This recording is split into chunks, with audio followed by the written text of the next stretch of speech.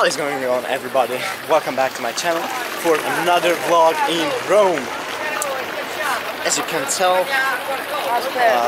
we have a really nice city around us, and by honest, this is my favorite city in the world. I've been in many cities, believe me, but Rome has a really special place in my heart, especially because I was here 10 times, I think, and I really love it. I never could get over this place. Here we are at Piazza di Popolo. It's a big square with a big monument. In here, an obelisk. Rome is full with obelisks, to be precise. Also, we have a statue of a Greek god, if you know. Right there we have Artemis. As every big city, Rome has its own big street where a lot of shops are. A lot. Like in London, Oxford Street, in Rome it's gonna be Via di Corso, where you can find anything you want, from clothing to perfumes to sunglasses, which cost a lot, and I think you get it. This is the most expensive street in the whole city. It's a very, very big and long street, as you know. As you might know, there are some soldiers who protect the city. They are at metro also, just because, as you might know, in the past couple of years bad things happen in the major cities, so Rome does not assume anything to leave it to happen in this city particularly, and the soldiers are always out. They are every metro station actually, and also on the street, at the beginning of the street, just in case, you know.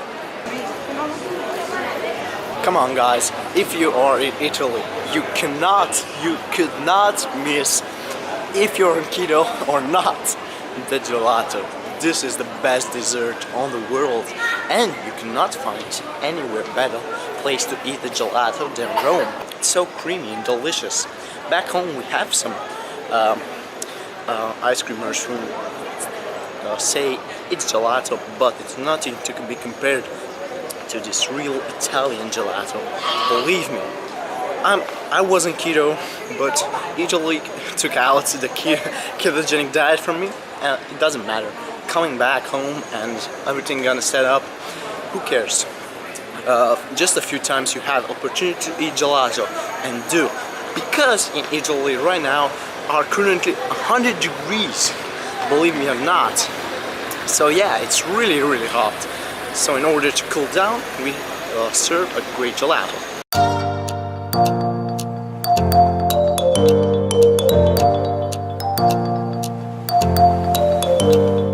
Spanish stairs right behind me, an old monument. This place is called España because a lot of Spanish people lived here from the 18th century, I think. Right at my left would be Piazza di Spagna, also a big place full with monuments, and also an arcade and a beautiful church upstairs.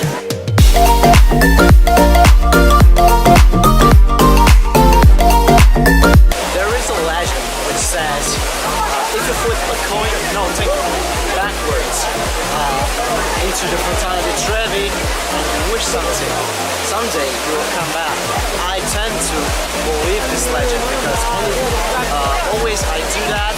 It seems always I come back to Rome because every road leads to Rome. So let's do it. Wish for something. Yeah, I hope it will happen.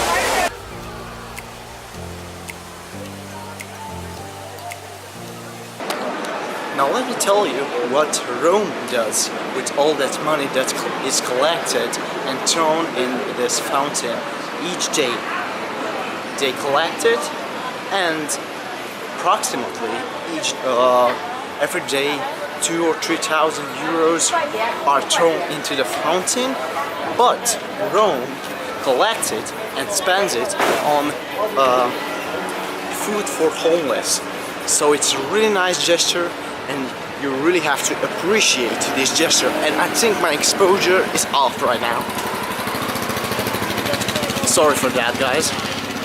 Now we have to visit the most famous thing in Rome. What do you think it's gonna be? You have two options actually. Yeah, it's gonna be the Colosseum.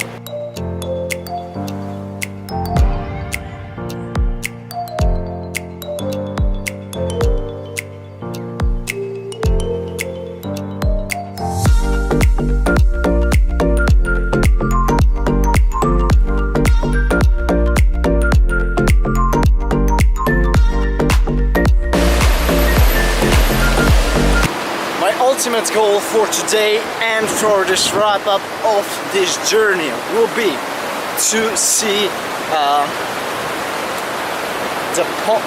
actually to go to San Pietro, the holiest place in my opinion on the whole earth, and to visit Castello di Angelo and the Bridge of the Angelo, which back in the days was a prison, but also it some rumor says it has a connection with San Pietro. Who knows, actually. Rome was full with catacombs. We finally made it to one of the last sites of this trip and of this day. Of course, it's Castello di Sant'Angelo, and it's a big fortress actually, and a castle. If you see, I think Angel Demons movie, you will see it. It's a great building actually, and it looks like a fortress actually, more than a castle. And from the history I know, it served as a prison for some time. Near, right there, just a second too. You see right here, we have the bridge of Sant'Angelo, and it's called Sant'Angelo because there are some angels represented on the bridge. I think all the angels which are described in the Bible. So yeah, let's take some photos and then go to San Pietro, which is right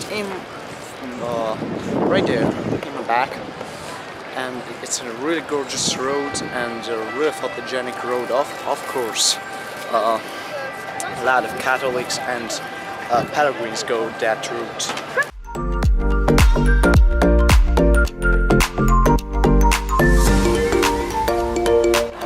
There are thousands and thousands of people around here.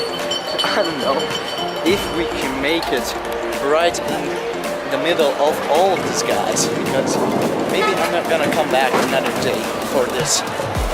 You will see it.